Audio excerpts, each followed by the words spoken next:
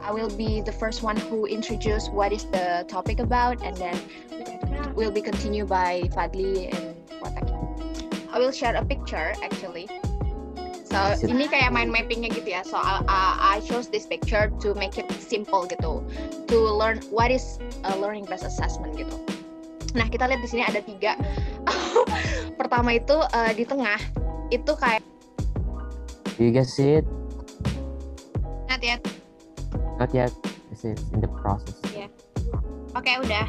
Yes, now. Isn't it full screen yet? Is it now full screen? I see. Clear. Intinya penilaian berbasis standar itu adalah penilaian yang selanjutnya yaitu framework of standard based approach in assessment. Nah, yaitu So that is the presentation of ours today. Oke. Ntar ya, masih ada teman-teman yang join. Beli. Aduh. Yes. Aduh. Okay. Hi Diki. Hi Diki. Okay. Can we start? Yeah. Halo Sophie, halo. Okay. Apa So, good afternoon, everyone. Thank you for joining our presentation. Kita langsung mulai aja. So, our material is about best learning assessment ya, Fadli ya? ya. Okay, so we will divide the material. I will be the first one who introduce what is the topic about, and then will be continued by Fadli and Wataki. Okay, so first thing first, we need to know what basic learning assessment is. Kalau ada di artikel, bentar, ada yang join. Itu ya sesuai namanya ya, berarti penilaian berbasis standar.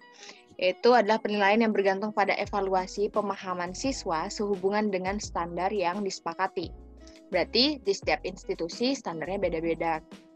Dia disesuaikan dengan kemampuan siswanya dan capability dari lingkup pendidikannya atau bisa dari pengajarnya, kurikulumnya, dan lain sebagainya. Kemudian standar menetapkan kriteria untuk demonstrasi sukses dari pemahaman konsep atau keterampilan. Nah, jadi standar tersebut dibuat untuk memperoleh demonstrasi sukses dari pemahaman the students itself gitu. Jadi kalau misalnya dari dari standar sepupuku ngesalin ngeblank anjir. Jengki ganggu karena baru standar di suatu institusi bisa dikatakan sukses, konsepnya dipakai, konsep yang sama dipakai dengan institusi lain bisa jadi berbeda hasilnya.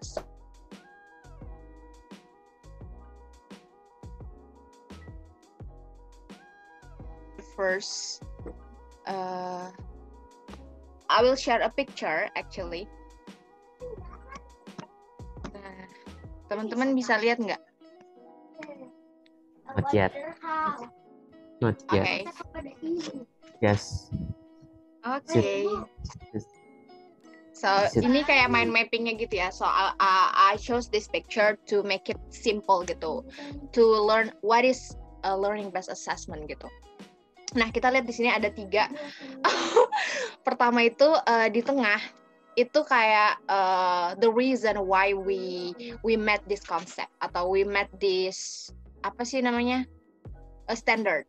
Nah of course kita membuatnya itu dari sebuah permasalahan dong. Nah why we met this standard? Because the students get bored of everyday learning. Nah kita dapat permasalahan bahwa ternyata setelah ditelusuri atau di research, students itu mengalami kebosanan dalam proses pembelajarannya. Nah, kemudian setelah menemukan masalah, kita ketemulah solusinya, which is on the left, yang the lady on the purple shirt itu bisa career center on performance. Apa sih maksudnya? Mungkin maksudnya performance yang Fadli jangan gue tahu. Nah, performance yang diperbaiki gitu ya, akhirnya untuk mencapai hasil di sebelah kanan, which is the student yang non color ya, itu the boy on the right. Untuk prepare, tujuannya adalah untuk prepare the students for life outside school. Nah, jadi ketika permasalahan didapat, students get bored of learning, kita dapat solusinya untuk memperbaiki performance-nya. Gunanya apa? Untuk saat mereka sudah berada di luar sekolah, mereka bisa mereka punya foundation gitu untuk to take care of themselves. Kemudian the second picture, before we continue to Fadli's explanation, I would like to show you this one. This one kah? Nah, how to ini sama aja ya kayak tadi, permasalahannya di tengah, kemudian solusinya di kiri, dan tujuannya di kanan. Nah, biasanya kalau yang paling common dipakai oleh pengajar saat mereka menemukan permasalahan pada students mereka, ya mereka ngasih tugas aja. Tugas itu mungkin as a students perspective kita ngerasa tugas ini cuman formality gitu, tapi actually students tugas itu actually the good practice of the students. Jadi ya, the more tasks that we get, the more practice that we done gitu. Nah, tujuannya tugas-tugas ini apa? Yaitu teach student to require knowledge, create and distribute the rubric, and then provide freedom within tasks to foster creativity. So that is the background or gambaran umum dari best learning assessment, and will be continued explained by Fadli. Fadli, time is yours. Thank you so much. Ya, always singkat saja. Okay. Semoga bisa singkat. Di full screen kan dulu. Ini kah? Ini kan PPT-mu? No. Oke, I will allow you to. Udah sih, sebenarnya kamu bisa share screen. Coba deh. Udah kan? Gimana caranya share? Share screen.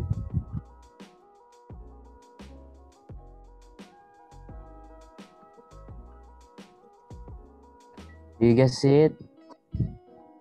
Not yet. Not yet. This is in the process. Yeah. Oke, udah. Yes, now. Isn't it full screen yet? Yes. Is it now full screen?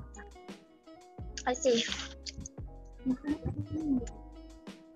Is it now full screen? Ya.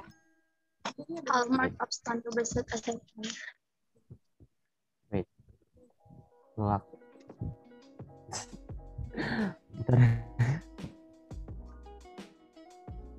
Kelihatan nggak? Kelihatan Pak. Udeng. Oke.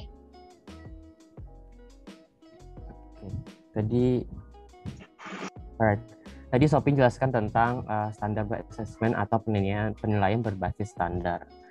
Intinya penilaian ngelak kah? Enggak kan? Enggak ya? Clear. Intinya penilaian berbasis standar itu adalah penilaian yang kita semua setujui antara siswa sama guru. Standarnya itu ditentukan sama berdasarkan agreement dari guru sama siswanya. Nah, sekarang materiku tentang overview of standard based assessment atau tinjauan atau konsep dari penilaian berbasis standar. Jadi penilaian berbasis standar itu konsepnya adalah feedback yang diterima oleh siswa ada summarize tadi. Alright. Jadi feedback yang diterima oleh siswa itu adalah feedback yang bukan feedback berupa nilai, skor, presentasi, atau rata-rata nilai mereka, tapi feedbacknya itu berdasarkan kemampuan mereka. Jadi misalnya Miss Widya ngajar statistika, penilaian berbasis standarnya itu bukan hanya berdasarkan dia ngasih nilai, bentuknya persentase, angka, atau rata-rata, tapi penilaiannya itu yang beside yang berbentuk angka. Jadi bisa feedback secara verbal atau nominal. Di sini pendekatan berbasis standar tidak serta-merta mengabaikan nilai sumatif. Berarti nggak cuma penilaian itu penting, nilai sumatif, persentase, atau ukuran tendensi. Tendensi sentral itu kalau di statistika kan mean atau median. Jadi itu merujuk pada umpan balik. Jadi ada pembelajaran, ada penilaian. Penilaiannya itu berdasarkan standar dari institusinya masing-masing, agreement dari siswa sama gurunya. Feedbacknya itu nggak cuma feedback angka, jadi kalau saya ngajar terus ngasih soal, terus kalian kerjakan, feedback saya ngasih feedback tuh di GC nilainya 90, itu bentuknya feedback, itu namanya penilaian berbasis standar, bentuknya persentase. Tapi kalau yang setelah itu ada yang namanya feedback secara verbal kan yang sesuai yang saya katakan. Nah itu nanti akan memacu siswa untuk belajar lebih efektif. Jadi kalau misalnya Cukai kerjakan nilai statistika 90, yang lain misalnya 60, feedback yang saya berikan itu akan memacu untuk biar nilai yang lain itu tinggi seperti Cukai, kayak gitu. Itu aja dulu dari konsep penilaian berbasis standar, akan dilanjutkan oleh Watake. Thank you.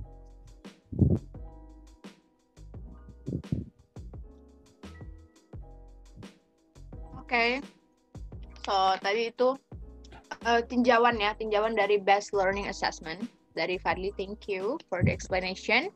And the next will be explained by Wataki. Wataki, time is yours. Okay.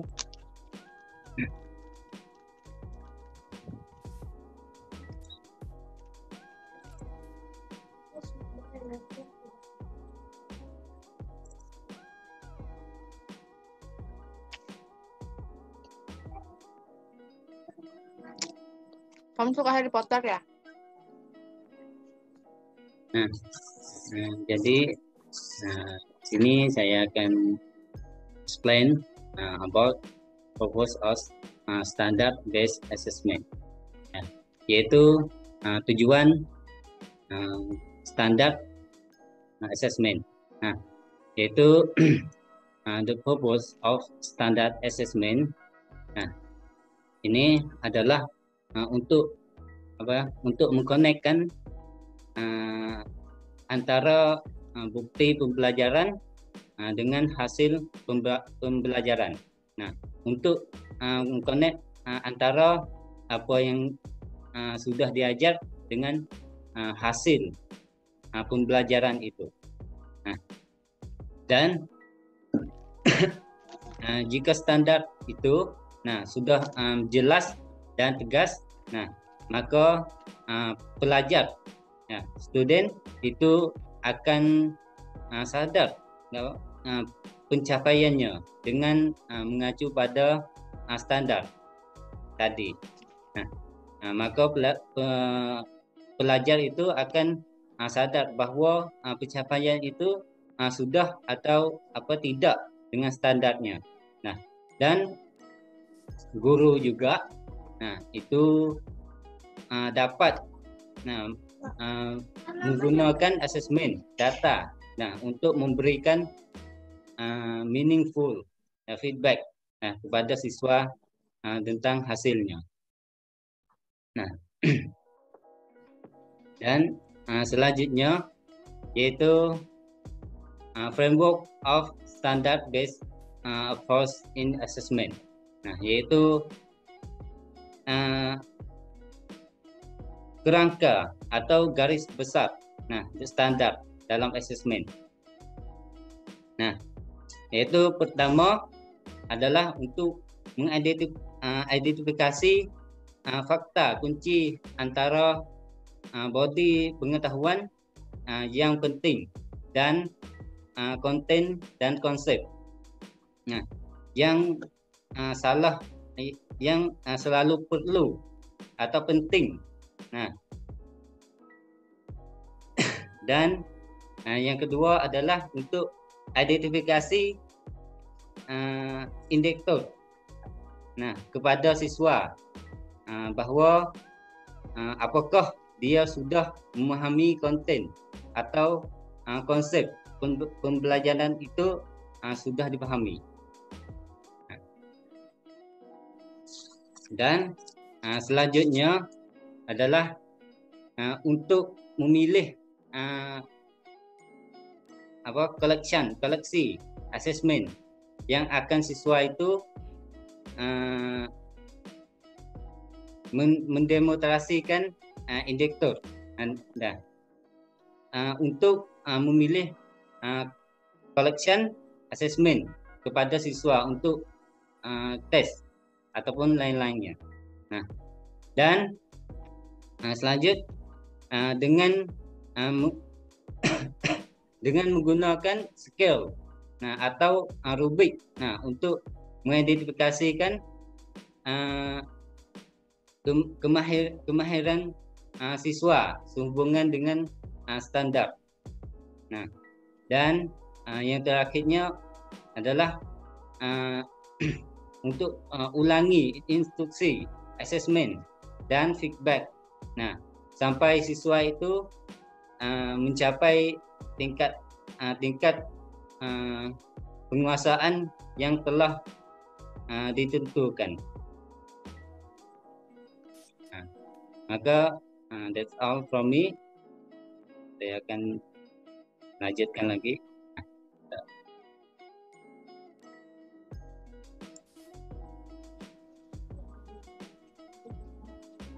Tadi itu tujuannya.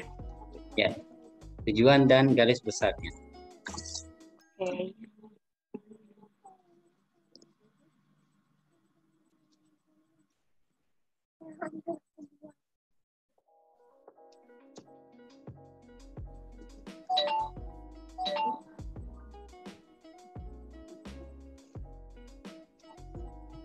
Ada lagi kah yang mau dijelasin Wataki? Maka itu aja dari saya. Oke, thank you.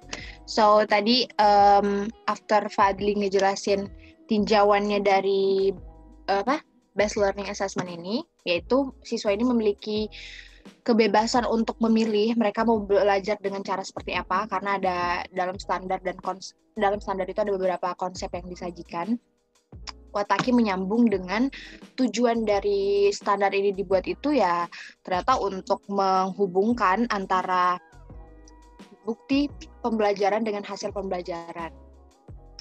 Kemudian kita bisa lanjut ke materi terakhir yang akan dijelaskan oleh Fadli lagi, yaitu apa, Fad? Manfaat atau keunggulan. Oke, manfaat. Time is yours.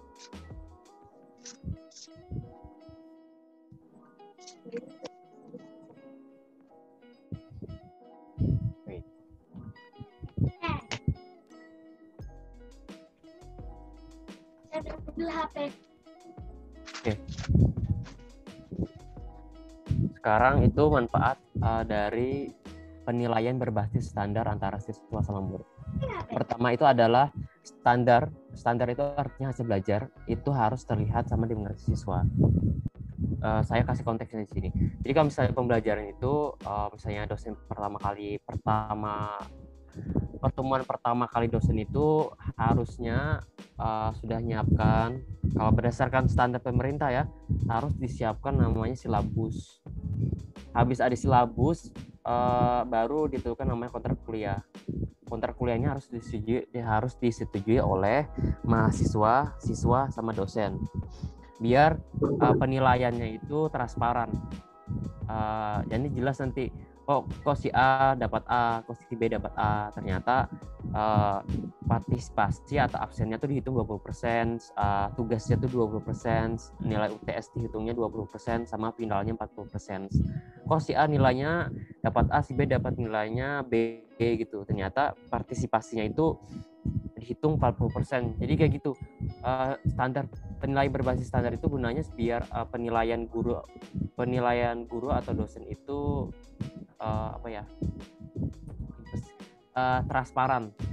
transparannya itu ya berdasarkan agreement antara mahasiswa sama dosen kita gitu. Jadi gitu pentingnya materi penilaian berbasis standar yang disetujui oleh antara dosen, guru atau murid yang dilakukan secara transparan. Oke. Yang kedua adalah tugas, kegiatan, dan penilaian harus jelas tentang standar mana yang dipraktikkan. Ya gitu saya jelaskan tadi. Sebelum melakukan kontrak kuliah harusnya ada silabus. Jadi tugas itu pembagiannya itu dapatnya nanti berapa persen, kegiatan pembelajaran itu 20%, penilaian UTS itu nanti berapa persen. Jadi jelas kalau misalnya si A dapat UTS-nya tinggi tapi dapat UAS-nya itu jelek, ya nilainya sudah pasti mempengaruhi karena UAS itu 40%. Jadi kayak gitu, penilaian itu sudah transparan dari awal gitu gunanya. Yang ketiga, penilaian formatif harus digunakan untuk memberikan umpan balik kepada siswa tentang kemajuan mereka menuju standar. Penilaian formatif itu penilaian yang tadi yang bentuknya angka-angka, skor, bentuknya tendensi sentral, ada nilai rata-ratanya, ada nilai mediannya gitu. Jadi bentuk penilaian berbasis standar itu ada bentuknya juga. Jadi ada inputnya, ada outputnya. Inputnya itu belajar, dapat hasil pembelajaran, outputnya itu nilainya itu. Habis kita ngasih pembelajaran, outputnya itu ya siswa ngejalan tugas, dapat nilai, kita nilai itu outputnya. Itu bentuknya nanti bentuk feedback secara formatif. Terakhirnya penilaian secara umumnya. Penilaian secara umum itu harusnya penilaian secara umum itu dirancang dengan baik, akurat, dan validitasnya tinggi agar adil dan dapat diakses. Gini, penilaian berbasis standar itu jadi soal-soal yang dosen berikan tuh harusnya validitasnya itu tinggi. Kalau validitas itu artinya validitas itu misalnya soalnya itu sudah diuji. Saya ngajar statistika, baru ngasih materi ke mahasiswa kan, soal yang saya kasihkan itu terlalu sulit nggak, terlalu mudah nggak, atau terlalu sulit. Nah itu soal statistika yang saya kasihkan ke mahasiswa itu harusnya sudah ada validitasnya, artinya soalnya itu nggak terlalu sulit, nggak terlalu susah, biar rata, adil, akurat, dan baik. Jadi gitu, jadi nggak bisa langsung comot-comot soal, tapi soalnya itu ternyata pas dikerjakan mahasiswa itu terlalu sulit, terlalu mudah gitu. Jadi nggak ada standar yang pasti kalau seorang pengajar itu cuma ngambil soal dari sembarang atau ngarang gitu. Harusnya mereka ngambil soal dari LKS atau dari silabus atau dari buku-buku pembelajaran gitu. Karena kalau ngambil soal dari LKS atau sudah dari buku, berarti validitasnya sudah diuji, sudah baik validitasnya. Nggak terlalu sulit, nggak terlalu mudah. Terlalu sulit juga nggak baik, terlalu mudah juga nggak baik. Oke, gitu aja materi dari saya. Terima kasih, moderator.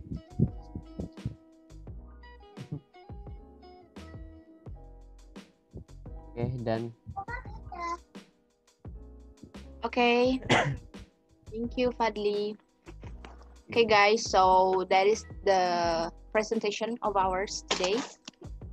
Jadi setelah kita tahu tinjauan dan tujuan dari Best Learning Assessment, kita juga tahu ternyata Best Learning Assessment diciptakan bukan cuman memberi option atau sekedar menetapkan sebuah standar, tapi juga seperti yang dijelaskan Fadli di akhir, untuk dia statistiknya jelas untuk mengukur kemampuan siswa, dan